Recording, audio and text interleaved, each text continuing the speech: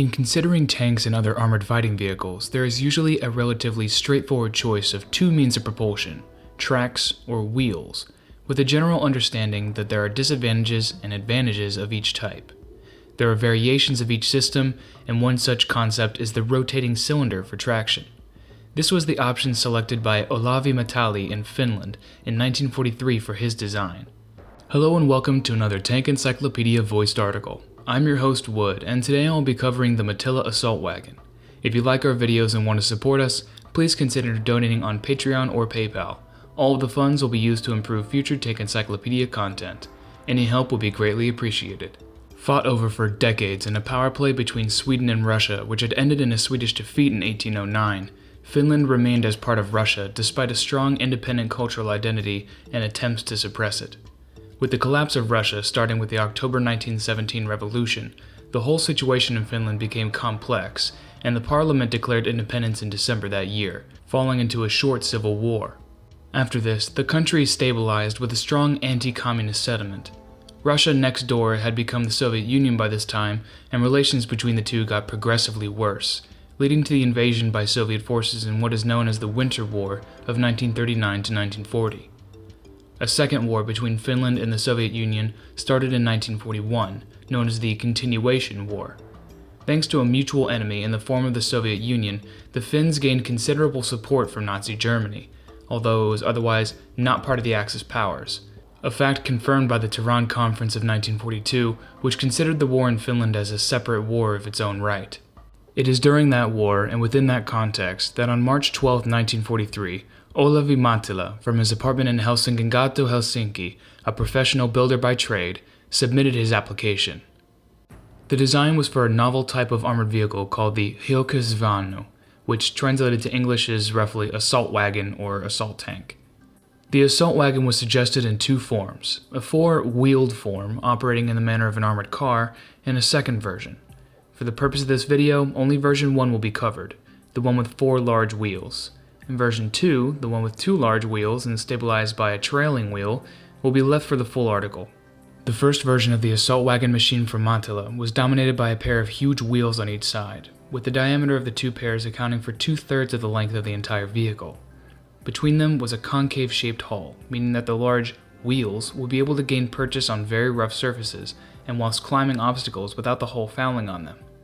The second distinctive element of the wheels was a large number of raised modules from the surface arranged in a circumference. At the center of the rearmost wheel was a dome-shaped projection with a gun, but no such projection was to be found on the center of the front wheel. The hull dipped across the top at another concave shape and was surmounted by a large turret with a convex roof and sides angling towards the roofline. A large cannon was shown protruding from the front of the turret. The wheels were in fact not wheels, but lozenge-shaped when viewed in plain view, with the rounded ends of each lozenge forming the wheels at the end. The center of the lozenge was fixed to the hull with a complex fixed locking design, but one which allowed the front of the hull to blend seamlessly with the lozenge shape of both the front and the rear lozenges. Drive for the design was contained within each lozenge and connected through the hull. Each lozenge was actually 2 lozenges, one inside the other. The outer one rotated around the inner one, and in doing so, the mechanical and human elements inside the inner lozenge remained stationary while the outer elements ran over the terrain. In this way, Mattila sought to maximize protection in space. At each end of the lozenge, the inner and outer met and rotated around a circular coupling. 2 ends were used, the first to host a ball-mounted weapon, and the other a large entrance hatch. Cleverly, Mattila had arranged things so only a single type of lozenge drive system needed to be built and then connected together, so that one hatch and one gun would be on each side.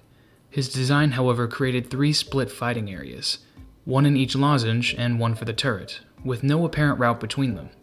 The mechanical propulsion system for the assault wagon is shown and described in only the briefest detail, with each lozenge being a self-contained power unit with an engine and transmission.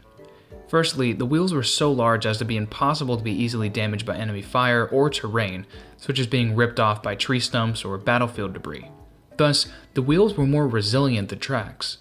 Secondly, the layout of the fighting chamber within the wheels meant that the traction system also functioned as effective protection for the crew and engine by providing an outer layer of armor around the inner lozenge.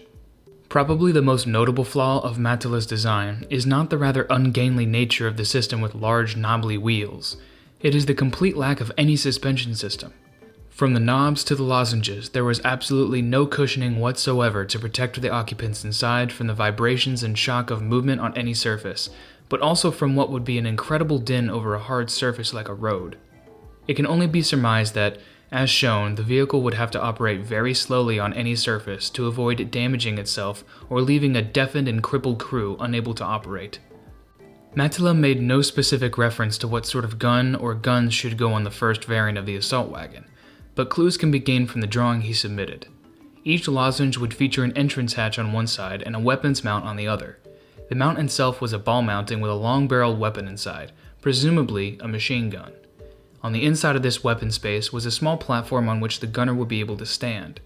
He would, however, be isolated within his lozenge, with seemingly only that single hatch as the entry and exit point and no means of access other parts of the vehicle.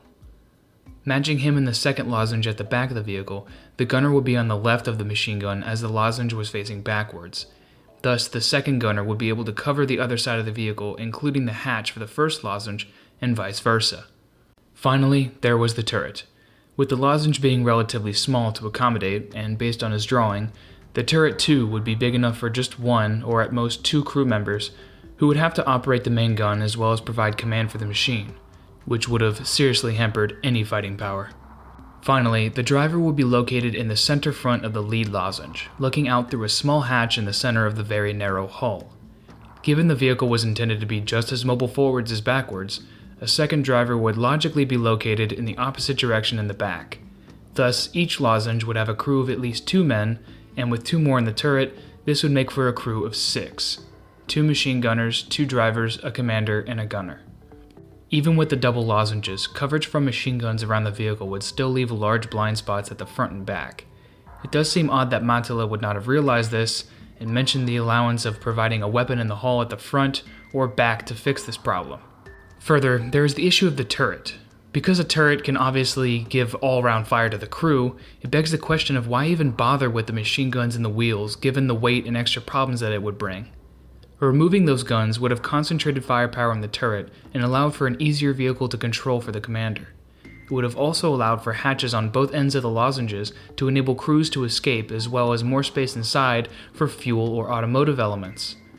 The turret, as shown, is rather small, and with a large cannon fitted inside would make operation difficult as well as no clear way of storing an adequate stock of ammunition inside. Once more, ammunition stowage would be the best use for some of that wasted space in one of those or both of the lozenges. The lozenges also caused a problem for the turret as they were so big, so high, and so wide that they blocked a substantial part of the firing arc of the main gun. Whilst a weapon mounted as drawn would have a good potential range of elevation and depression directly to the sides or front or rear, it would have been severely hampered over the corners. Was this specific vehicle design likely to see service? No. Like many other patents, the purpose of the Mattila was not to design down to the final nuts and bolts.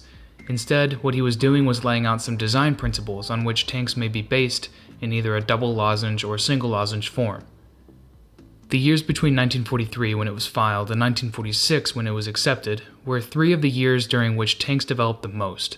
With the end of the war, the emergence of the modern type of tank, and a generation change or two from those at the start of the war in Europe in 1939, in 1946 there was absolutely no chance of a complete revolution in tank design, such as that perceived by the Mattila. His design went nowhere and it was forgotten. This concludes our video about the Mattila assault wagon. If you like this video, please leave a like and a subscription. You can find more information relating to these vehicles in the full article, which is linked in the description. If you like what we are doing and want to let us continue working on these videos, please consider donating on Patreon or PayPal. All of the funds will be allocated to improving our articles and videos for you. Until next time, keep us in your sights.